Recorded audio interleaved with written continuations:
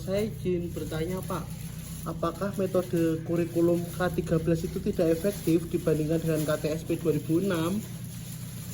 Tidak, lebih baik menggunakan KTSP karena materinya lebih fleksibel dan mudah disampaikan pada anak-anak.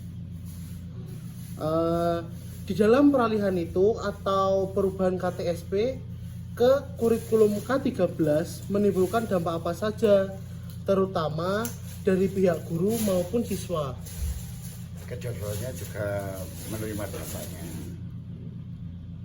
karena pembelajaran kurang fleksibel dan materinya tidak terlalu ke dalam, maka guru itu harus menggunakan unsur penunjang pembelajaran dari yang lain. Ya, terima kasih Pak. Selanjutnya bagaimana untuk rencana Bapak sebagai guru dalam menghadapi peralihan KTSP 2006 ke K13 di dalam sebuah pembelajaran yang tentunya siswa itu membutuhkan sebuah adaptasi. Di dalam K13 kita harus menyesuaikan dengan kebutuhan yang ada di lingkungan sekitar kita. Bisa dicontohkan Pak? Misalnya anak-anak diajak pembelajaran fisik tentang misalnya tumbuhan dikotil dan monokotil misalnya saja. Nah itu kita harus mengamati secara langsung dan melakukan eksperimen secara langsung di lingkungan yang ada di sekitarnya. Jadi kalau masalah pembelajaran itu melihat situasi dan kondisi daerah masing-masing, tidak bisa disamakan dengan di perkotaan. Antara desa dan kota itu tidak sama. Terima kasih Pak. Selanjutnya masuk ke dalam pertanyaan yang kedua. Selanjutnya saya izin bertanya Pak, bagaimana pendapat Bapak tentang metode K13 yang terlalu banyak korelasi atau timbal balik dengan mata pelajaran yang lain, sehingga siswa itu tidak fokus pada suatu materi atau suatu pembelajaran? Maka sebagai guru itu harus mempersiapkan pembelajaran secara matang dan kita harus juga mengikuti belajar bersama-sama dengan anak-anak. Jadi kalau setiap guru tidak mempersiapkan masalah materi pembelajaran secara matang, maka di dalam pembelajaran di kelas itu akan mengalami kegalauan atau kekacauan. Terima kasih Pak. Untuk selanjutnya, cara Bapak mengajarkan sebuah pembelajaran dengan tema-tema yang terlalu banyak itu, Bapak bisa memberikan contoh seperti apa Pak? Misalnya pembelajaran bahasa Indonesia itu kita menjelaskan tentang misalnya tentang paragraf deduktif, induktif, nah itu pada anak-anak.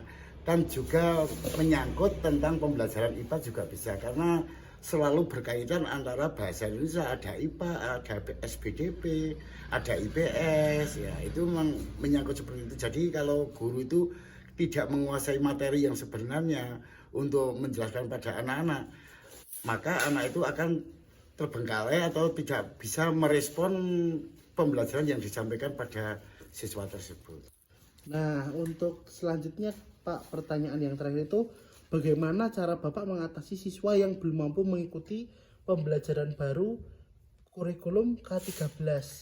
Misalnya sudah pada akhir pembelajaran, anak-anak biasanya diajarkan post test.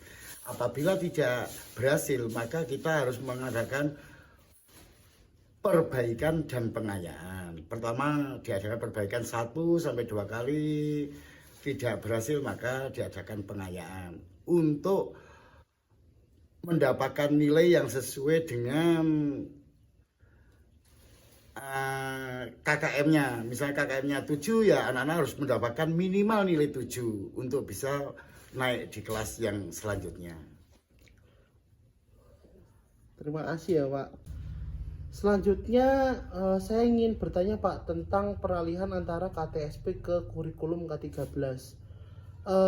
Tentunya kan saat peralihan dari KTSP ke kurikulum K13, tidak semua guru itu mampu menguasai atau memahami konsep RPP.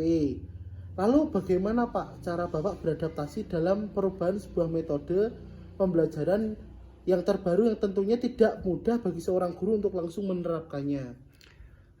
Sebaiknya guru kalau mengalami kesulitan tersebut, kita harus sharing dengan guru yang benar-benar sudah menguasai masalah materi-materi tersebut.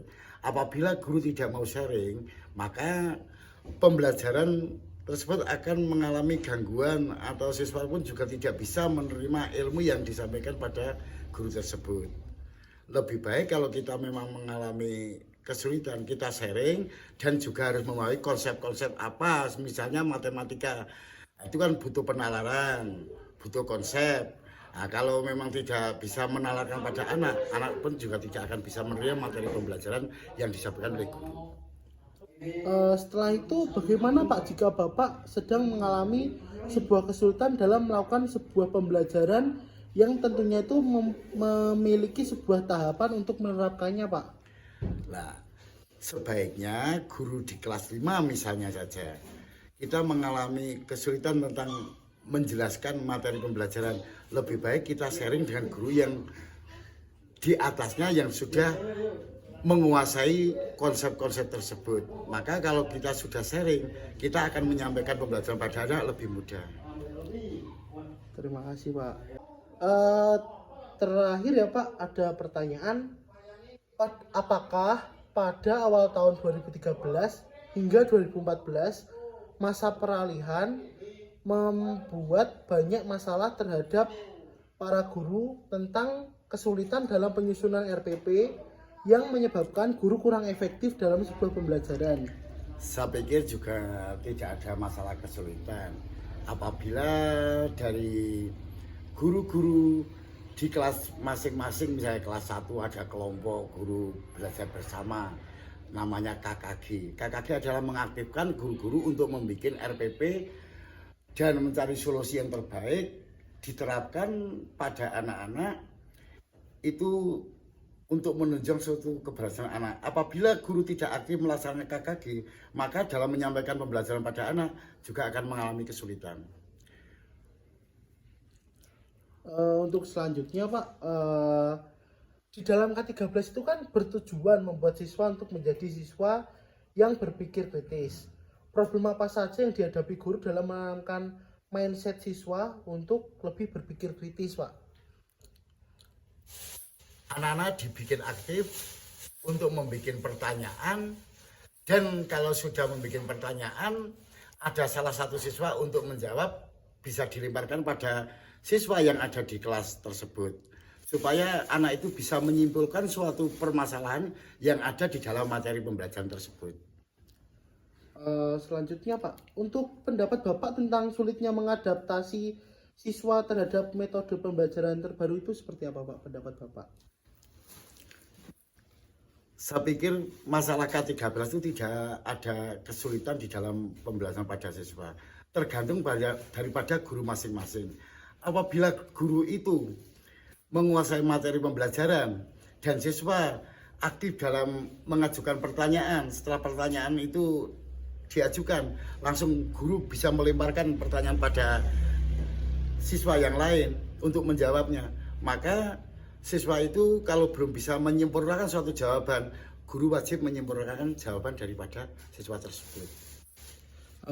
Sebelumnya terima kasih Pak sudah meluangkan waktunya untuk wawancara saya. Apabila saya ada tutur kata yang kurang berkenan untuk Bapak, saya minta maaf sebesar-besarnya Pak. Terima kasih buat waktunya. Assalamualaikum warahmatullahi wabarakatuh.